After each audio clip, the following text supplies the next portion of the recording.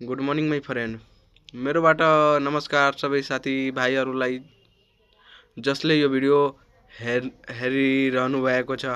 आज हामीहरू सिक्छौँ बिना एमबी वा डाटा नभए पनि फोनमा इन्टरनेट कसरी चलाउनु राम्रो कुरा हो कि केही घाटा हुन्छ कि के फाइदा छ, चलाउँदा राम्रो हुन्छ कि हुँदैन, यो भिडियोमा अगाडि जान्छौँ। यो भिडियोको पार्ट हामी अर्को भिडियोमा हेर्दा हुँदैन।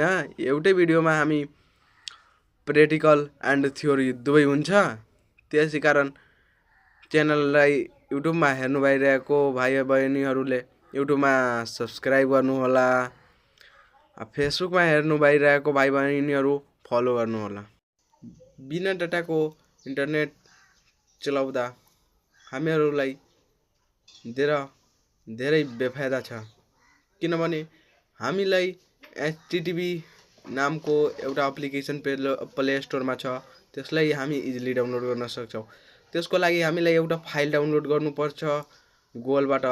त्यसलाई डाउनलोड गरेपछि त्योमा अपलोड गरेर कनेक्ट गर्नुपर्छ अर्को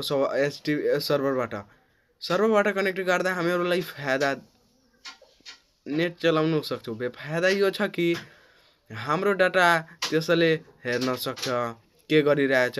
पछि हामीलाई ब्ल्याकमेल तथा धेरै अन्य थुप्राहरू कारणहरू हुन्। त्यसै कारणले गर्दा म आफ्नोबाट सुझाव दिन्छु कि यो बिना डाटाको इन्टरनेट चलाउनु धेरै नराम्रो कुरा हो, किनभने तपाईँलाई कसैले ब्ल्याकमेल गर्न सक्छ। नभए पनि त्यो सर्भर ह्याक भएपछि कुनै दिन वा कसैले आफ्नो कन्ट्रोलमा लिएपछि तपाईलाई ब्ल्याकमेल गर्न सक्छ। त्यसै कारणले गर्दा हामीहरूलाई यस्तो काम नगरोस्, त्योबाट हामीहरूलाई घाटा होस्। भविष्यमा हामी यस्तो काम गरोस्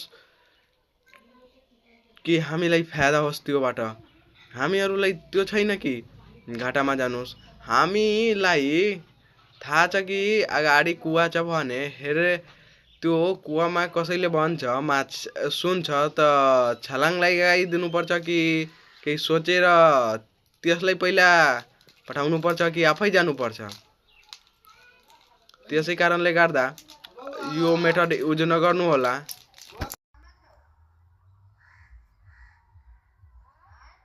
हेलो गाइज, त्यसको लागि हामीलाई एचटिटिपी कस्टम एप्स प्ले स्टोरबाट डाउनलोड गर्नुपर्छ।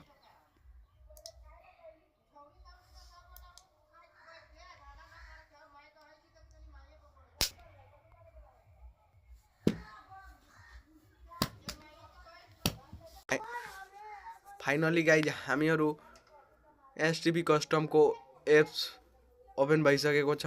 हामीलाई इनेबल डिएनएस बाँकी त्योमा केही पनि गर्नुपर्छ, कनेक्ट गर्नुपर्छ। कनेक्ट भएन एसएचएचपी इम्पिटी एसएचएच फाइल एचटिपी कस्टम लेखेर गुगलमा सर्च गर्नु र डाउनलोड गरेर ल्याएर यहाँ प्लसमा क्लिक गरेर सेभ कन्फिगमा क्लिक गरेर सेटअप गर्नुपर्छ।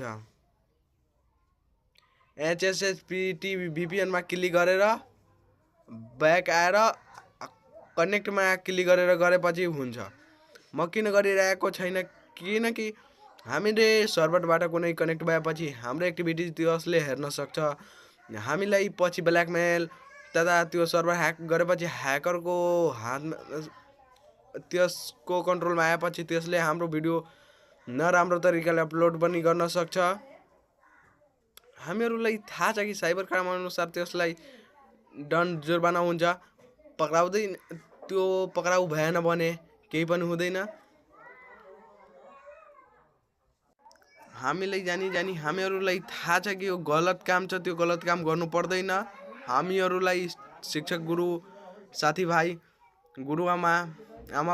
आमा बुवाबाट सिक्नु भएको छ। गलत काम थाहा छ यो गलत काम छ, त्यो काम जानी गर्नु पर्दैन। त्यही छ नि जङ्क फुडको माथि एउटा कहानी, त्यो जो धेरै खान्छ त्यो थोरै खान्छ, त्यो थोरै खान्छ त्यो धेरै खान्छ। मेरो सुझावले यो यस्तो नगर र यो इन्टरनेट कुनै सर्भरबाट कनेक्ट गरेर प्रयोग नगर। धन्यवाद वाचिङ फर भिडियो।